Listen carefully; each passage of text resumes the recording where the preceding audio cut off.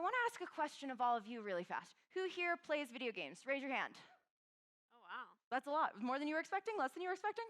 A couple weeks ago, I would have said more than I was expecting, but the study just came out and said 70% of Americans play 1 hour of video games every single week.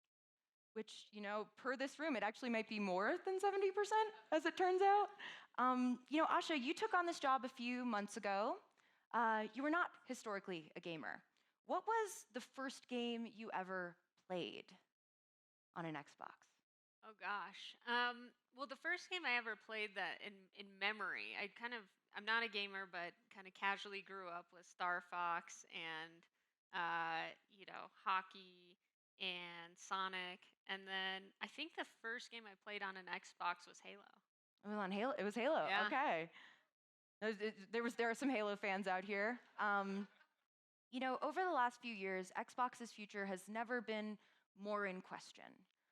You just had your first showcase as CEO. How do you feel? Oh, it was incredible. So Showcase is our annual game show where we show off the trailers and the lineups to come.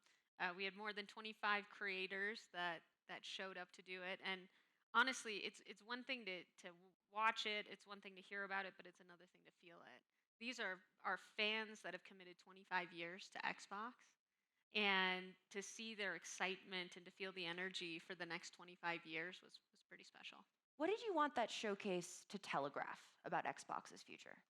When I took the role about 100 days ago, I talked about my first 100 days was about listening and learning and really understanding what makes Xbox Xbox. And so I made 3 commitments along the way. I wanted to preserve great games. I wanted to be about the return of Xbox, and I wanted to talk about the future of play. And so it was only fitting that my first showcase we got to really do that, and we had a lot of great games. We had the return of Xbox with the reintroduction of 2 new exclusives, as well as a new special edition 25th anniversary console. And it was just such a wonderful environment to bring everybody together. Now, one thing about your tenure is that you have killed a lot of things fast. The This is an Xbox campaign, Copilot. It seems like the mobile store might be in flux. What's the pattern? Look, I think that clarity is kindness. And so as I'm learning, I'm trying to be decisive about the things that we need to invest in, the things we need to prioritize, and the things that don't represent our brand. And we're doing that as fast as we can. There's still seams in that as we go, but it's starting to really create a direction for the team to understand the principles in which we stand for, how we make decisions, to really have all of them go follow that same path. Now, this wasn't something you killed, but it was a cut. You did drop prices on Game Pass, longtime Xbox pillar. What went into that decision? Look, I think Game Pass is at the heart of gaming. It's the way that players can access a lot of catalogs, day one content, great experiences with us, and we had raised the prices 50% last year, and we were on the path to seeing a decay in subscribers, and so it had just simply become too unaffordable, and so we adjusted the price for players and the offering as we went through with that. And we're starting to see a return to growth. We're starting to see more subscribers. We're starting to see, more importantly, better retention. And we've got more work to do. So we'll be doing more this summer in order to create more flexible offerings to meet all the types of players that we have. And we'll continue to iterate on that. Now, who here considers themselves an Xbox fan? Raise your hand. Okay, so there's some very enthusiastic hands out there. You, like me, maybe have been on Xbox Reddit recently then, where people are saying things like, when do we put up the statue of Asha? Oh, gosh. There's definitely a sense you've turned the narrative around on Xbox. But what has truly changed in these first few months, and what still needs to evolve? Look, I think that uh, I've had the opportunity to take a look at everything with fresh eyes, and the team is putting a lot of wins on the board, starting with our players. That we have one of our operating principles is that we earn every single player, and so we've shipped more in the last few months on our platform than we have in the last year. We've been able to see a return to growth on Game Pass. We had some great games. Forza was absolutely crushing it. And I think that momentum is really contagious. And we're starting to really go back to some of the core principles that made Xbox great. At the same time, we know that the industry at large is going through a lot of headwinds. It pulled a lot of demand forward during COVID and it hasn't really been able to reaccelerate. There's compression happening at almost every level of the stack. And there's a new generation that plays very differently than the core generation. And so we've had a great 100 days. We've begun to revive Xbox, and the next 100 days is about resetting Xbox. To that end, the narrative has shifted, but the numbers are tough. Gaming revenue down, but hardware revenue down 33%. You've previously said you can't raise prices through the crisis, but you also have memory storage shortages to contend with, and they are driving up prices across the industry. How do you think about balancing that? And does that limit growth potential for consoles? Yeah, look, it's going to, in all of these spaces, there are no silver bullets. We will have patience and we will execute in days, but expect that it will take a while to show up on the scoreboard. Um, Look, on hardware, we are in a crisis right now. The entire industry is. There's a shortage of memory and storage, and the costs are exponential. They are usually at this point in the generation about 50% of the cost, and we're seeing they're up 2.75x. They're up 50% since I started. They're going to be up effectively 7.5x. And so yes, pricing is a lever, of course, but we must think about other options as well. We must think about other ways to think about the cost construction of the console. We must think about how we create different plans so more people can participate in the console. We must think about partnerships that will allow us to have better distribution and reach. And we must think about the experiences that we're creating outside of that as well to reach new audiences. What are some things you're considering that you would never imagined would be the case 5 years ago? Or that Xbox would have never imagined would be the case 5 years ago? Hard to tell because I wasn't there, but I think that we will, continue to look at new business models. I think is what is needed for console rather than just the most premium, high performance console in the world. I think we've reached a point where it will be hard to imagine that mass audiences can afford thousands of dollars to spend on a console generation, and so I think we will start to see radically different business models that we never expected start to come into orbit later this year. One of the things that I think is really interesting about the business moment you're in is through the prism of something like Project Helix. It's expected to be a top tier premium offering. There is definitely interest in it. But previously, Xbox executives have recently said that it's going to be hard to meet demand. How do you sort of balance that? Yeah, well, we're having a hard time now. There's more demand than there is supply for our Gen 9 console. And I suspect the same will be there with our Gen 10 console. I'm excited about it. It's a console that's also going to allow you to play your PC games. It's going to have backward compatibility. It's going to have leading end performance. But there's material work to do to make sure that it is available to the people that want to play, and so we're working on that. To this end, you have warned about a coming crash in consumer electronics. What does that look like in gaming and beyond? Look, I think it's pretty interesting because if you think back, gaming was really the proving ground for compute and AI. So it's pretty interesting that now 25 years later, with the AI infrastructure happening, that we are in this position. But I actually see it as great that every industry now gets to benefit from advances in computation. And so for us, I think that we have to think very differently about storage and memory going forward. We will have to apply new techniques so that we can compress that. We will have to empower customers to have very flexible storage offerings. We will have to empower new types of games so they can fit on device. And so there's going to be a lot of innovation. This will take years, not days, not weeks, but we'll go through it together with the community. Now, we're going to turn to the audience for questions soon. One thing I've been very interested in is the question of exclusivity. Previous Xbox leaders took exclusivity off the table. It seems like after Showcase, it's back on. Clockwork Revolution and Gears of War E-Day, both exclusives. What led to the pivot?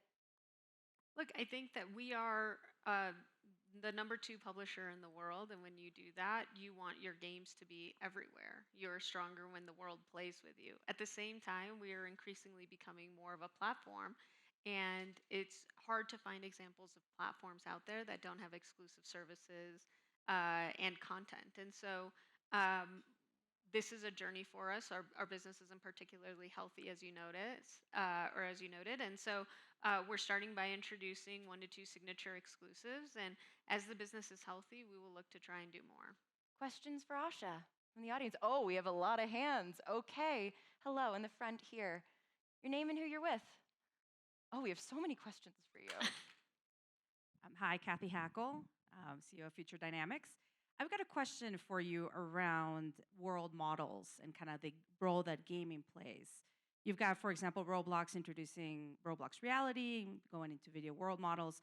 How is Xbox going to start to use the infrastructure of gaming to power the future of AI? Yeah, great question. So, just in terms of a priority set for me, I'm very much focused on core before more. At the same time, kind of going back to what I said, AI has always been part of gaming, right? The GPU wasn't invented for researchers to train neural nets. It was invented for, better spaceships and dragons and better frame rates. And so in many ways, I think that gaming will continue to lead the way on a lot of this technology.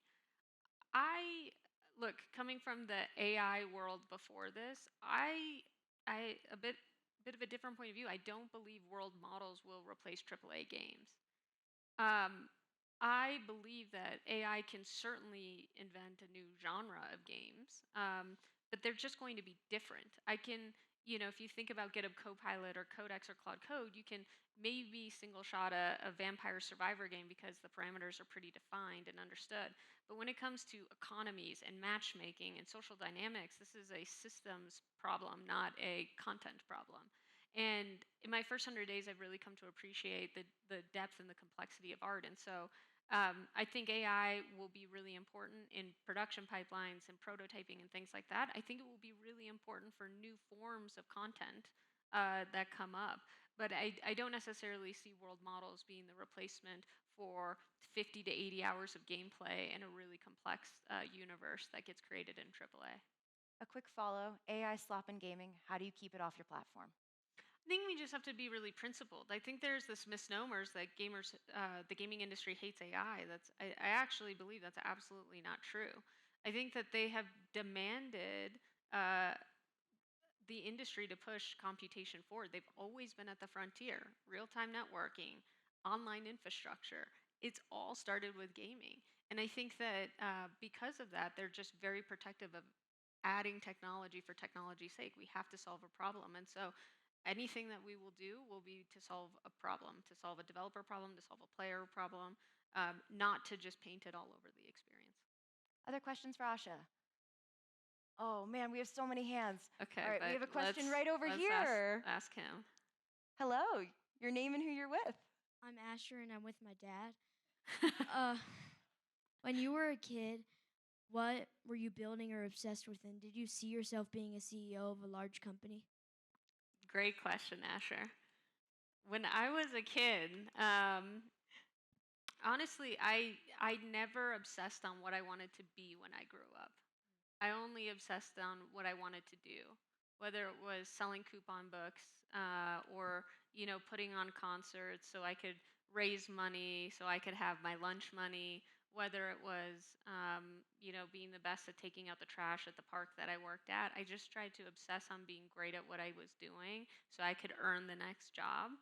And I think it's really special to be the CEO of Xbox. It's beyond my wildest dreams. Other questions? We have time for one more.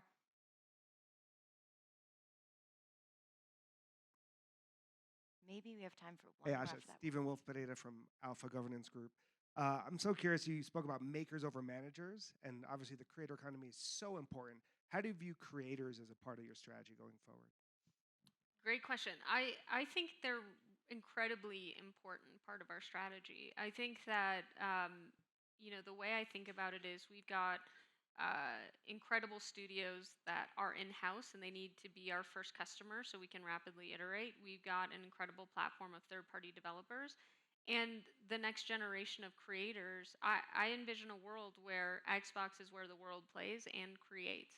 Increasingly, we're seeing that players want to participate.